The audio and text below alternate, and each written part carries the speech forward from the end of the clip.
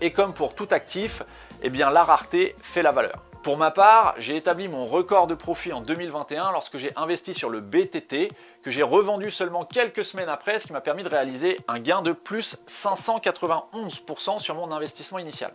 Je suis Johan Le Trouilly, expert PrestaShop et SEO chez DigiActif, l'agence e-commerce et référencement naturel certifiée PrestaShop. Dans cette vidéo, je vais vous expliquer comment j'ai découvert certains produits d'investissement plutôt underground, comment vous pouvez en profiter et comment j'ai déjà fait jusqu'à plus 591% de profit en un mois et demi seulement. Si, c'est possible et légalement en plus. Le premier produit d'investissement, vous le connaissez probablement, ou en tout cas vous en avez probablement déjà entendu parler, ce sont les crypto-actifs. J'en ai déjà parlé et ça consiste à investir dans la cryptosphère.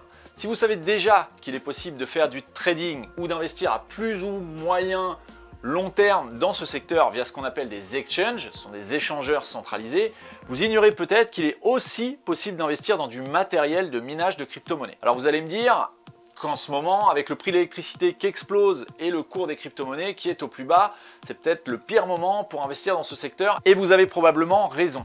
Toujours est-il que j'ai choisi de vous lister dans cette vidéo des alternatives qui sortent complètement des sentiers battus, donc oui, il y a un risque assez élevé d'ailleurs, et non, je ne suis pas en train de vous conseiller de vous lancer ou d'investir dans les crypto-monnaies. Je vous partage juste mon expérience afin que vous compreniez qu'il y a parfois des moyens de gagner beaucoup d'argent tout en restant dans la légalité et sans s'expatrier. Il faut simplement s'intéresser et s'ouvrir à un monde souvent inconnu du grand public, et c'est tant mieux. Donc pour en revenir au mining de crypto-monnaies, il s'agit d'investir dans du matériel informatique de façon à pouvoir participer activement à un écosystème qui est en train de changer le monde. Et croyez pas que je suis totalement déjanté ou farfelu d'avancer ça, car la blockchain fait déjà partie de votre quotidien sans que vous ne vous en soyez aperçu. Et oui, en 2018, en France, le Crédit Agricole est la première banque à avoir annoncé qu'elle allait utiliser la blockchain Ripple pour les transferts des salaires des clients de la banque qui vivent en France, travaillent en Suisse et perçoivent donc leur paye en francs suisses. Mais ça, c'était en 2018 déjà.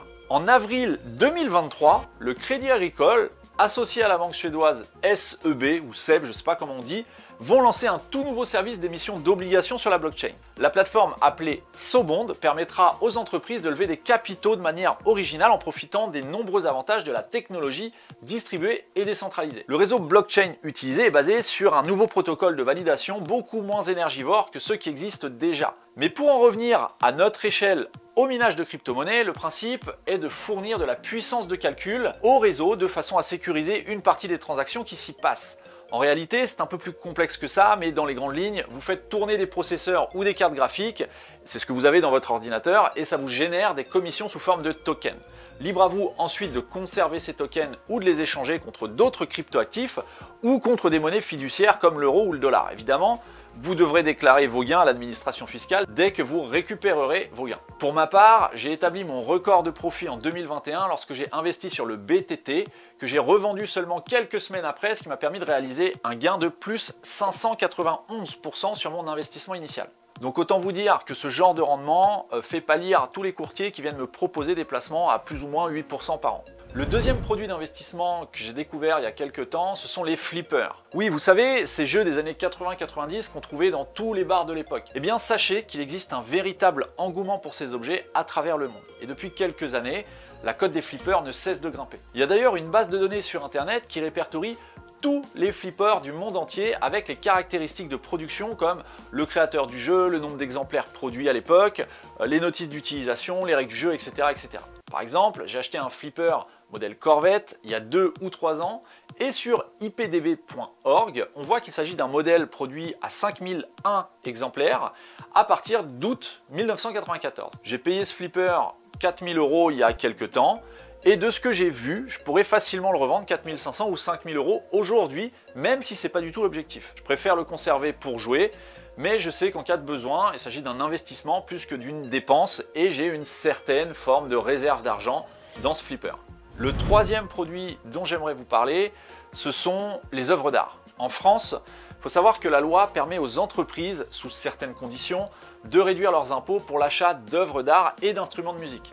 Pour ça, il faut acheter une œuvre d'art originale ou un instrument de musique avant le 31 décembre 2025 pour déduire le prix d'acquisition de son résultat imposable. Pour bénéficier de cet avantage fiscal, l'entreprise doit remplir certaines conditions. Premièrement, il faut être une entreprise soumise à l'impôt sur les sociétés ou il faut être une société ou un entrepreneur individuel soumis à l'impôt sur le revenu dans la catégorie des bénéfices industriels et commerciaux, le fameux BIC. Deuxièmement, la déduction fiscale s'applique pour l'achat d'œuvres originales et entièrement exécutées de la main de l'artiste, donc des tableaux, des gravures, des tapisseries, des photographies, etc. etc. Troisièmement, l'artiste à qui vous achetez cette œuvre doit être encore vivant. Donc si vous pensiez acquérir un Van Gogh pour réduire de plusieurs millions d'euros votre résultat imposable, c'est mort. Enfin, quatrièmement, l'entreprise doit exposer l'œuvre dans un lieu accessible gratuitement au public ou aux salariés.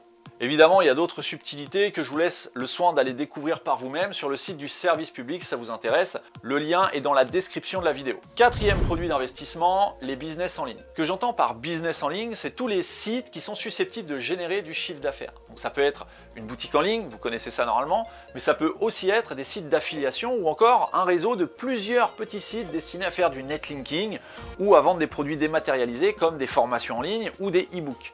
Vous pouvez jeter un œil au site bello50.eu, bello15.eu pour les petits business ou au site dotmarket.eu pour les business un peu plus importants. À titre personnel, je viens d'investir dans un réseau de plusieurs centaines de sites pour un peu moins de 300 000 euros. Donc oui, je crois en ce genre d'investissement. Enfin, le cinquième produit d'investissement dont j'aimerais vous parler, et là, je suis certain que vous ne connaissez pas, ce sont les adresses IP. Même si vous n'êtes pas spécialiste du sujet, vous avez déjà probablement entendu parler de cette notion d'adresse IP. Pour faire simple, pour que votre site soit disponible sur Internet, il faut que son nom de domaine soit installé sur une adresse IP qui est elle-même installée sur un serveur. En d'autres termes, l'adresse IP, c'est un peu comme la plaque d'immatriculation de votre site. C'est un peu plus complexe que ça, mais ça permet de schématiser. Le fonctionnement même du web, et ce depuis sa création dans les années 90, en tout cas sous la forme sous laquelle on le connaît, c'est régi par la communication des outils informatiques entre eux via des adresses IPv4. IPv4, ça signifie Internet Protocol version 4. Je parle ici de site internet, mais c'est exactement la même chose pour tous les objets connectés. Chaque caméra, chaque enceinte connectée est connectée à Internet par le biais d'une adresse IP. Seulement, le nombre d'adresses IPv4 étant limité, il faut savoir qu'il n'y a plus de blocs d'IPv4 disponibles, et ça depuis 2011. Autrement dit, le réseau est complètement saturé, et comme pour tout actif, eh bien la rareté fait la valeur. Il est donc impossible, et ce depuis plus de 20 ans, d'acquérir un bloc d'adresse IPv4 qui serait juste libre. Oui, car une IPv4 n'est jamais disponible seule. Elle fait en réalité partie de ce qu'on appelle un bloc constitué de plusieurs IPv4. Pour simplifier, on va se focaliser sur les blocs /24. Chaque bloc /24 contient 256 IPv4. Et comme il n'y en a plus de disponibles depuis plus de 20 ans, le seul moyen d'être propriétaire d'une IPv4, eh bien, c'est d'acheter un bloc. Mais pour acheter un bloc, il faut qu'un propriétaire soit d'accord pour vendre le sien. Un peu comme une action en bourse. Il faut voir chaque bloc d'IP comme un véritable actif, car tout comme dans l'immobilier, lorsque vous êtes propriétaire d'un bloc d'IPv4, vous pouvez soit l'utiliser pour vos propres besoins, soit le revendre, soit le louer à des fournisseurs de services pour qu'ils puissent distribuer des IPv4 eux-mêmes à leurs clients.